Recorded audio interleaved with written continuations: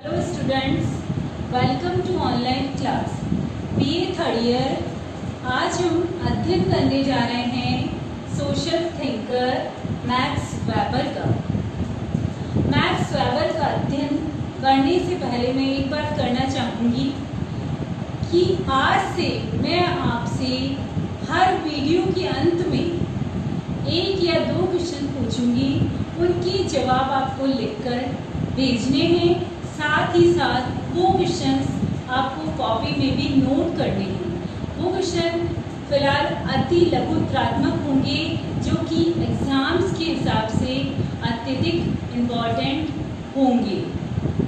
तो हम अब अध्ययन करते हैं जर्मन समाजशास्त्री मैक्स वेबर का।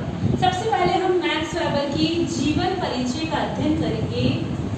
मैक्स वेबर का जन्म 21 अप्रैल 1864 को बर्लिन प्रदेश के एर्फ्रुट थ्रीगिया नामक प्रदेश के अंतर्गत हुआ था। वो एक बहुत ही संपन्न परिवार में जन्मे थे। उनके पिता तत्कालीन राजनीति में उदार दल के नेता थे। साथ ही साथ उनके पिता एक वकील भी थे। उनके पिता को राजनीति में महत्वपूर्ण भूमिका होने की वजह से उनके यहाँ आए दिन राजनीतिज्ञों का आना जाना था। इसीलिए उन पर राजनीति के अनेक विचारों का प्रभाव पड़ा। उनकी माता का नाम हेलन फालरस्टेन था। वह भी एक बहुत ही उच्च घराने की महिला थी। साथ ही साथ उनकी जो माता थी, उनका आध्यात्मिकता में और धार्मिकता में अत्यंत ज़्यादा विश्वास था। इसी वजह से उनके माता पिता जो हैं एक दूसरे से विपरीत विचारों के थे। मैक्स वेबर अपनी माता के करीब ज़्यादा रहे और उनका लालन पालन जो है बहुत ही संपन्न तरीके से उनकी माता ने किया। 30 वर्ष तक मैक्स वेबर अपने माता पिता के साथ ही रहे।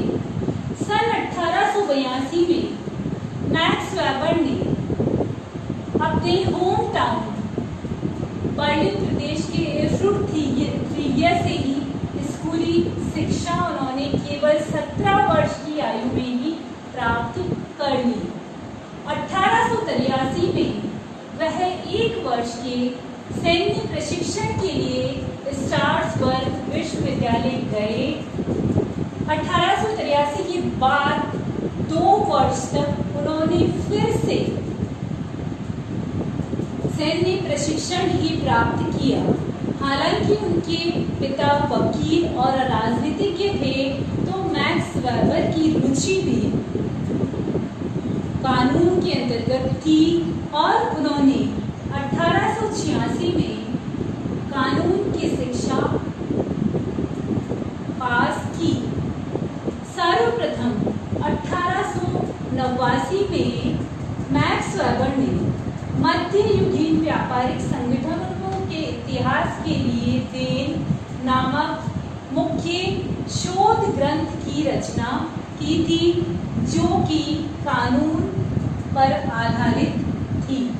1891 में मैक्स वेबर का विवाह मेरियन स्निट्जर से हो गया। 1894 में फ्रेबर्ग विश्वविद्यालय में मैक्स वेबर प्रोफेसर के पद पर चयनित हुए। साथ ही साथ 1897 में 33 वर्ष की आयु में वह बहुत ज़्यादा बीमार हो गए। अपनी बीमारी की वजह से वो बिल्कुल अस्वस्थ हो गए। 4 वर्ष बीमार रहने के पश्चात 1901 में उन्होंने पुनः बौद्धिक कार्य प्रारंभ किया और 1918 में वियना विश्वविद्यालय में वह आचार्य के पद पर आसीन हुए। साथ ही साथ 1919 में वह म्यूनिख विश्वविद्यालय में आचार्य के पद पर चयनित हुए। उनका कानून में बहुत ही अच्छा प्रभाव था, इसीलिए उन्होंने वेमर संविधान का मसौदा तैयार करने वाले आयोग के सलाहकार के रूप में भी बहुत ही महत्वपूर्ण कार्य किया।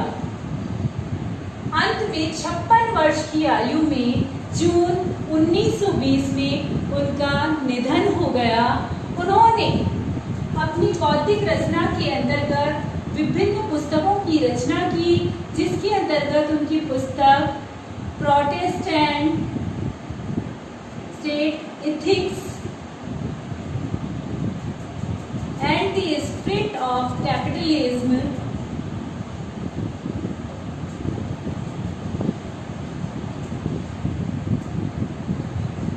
मुख्य मानी जाती है।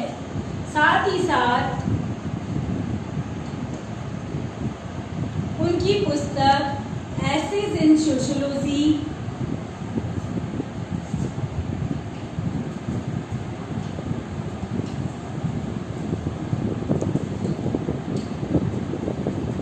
The city, religion of China,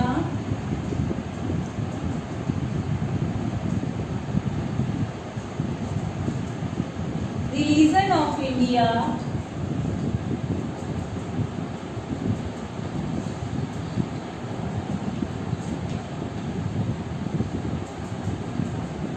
महत्वपूर्ण मानी जाती है।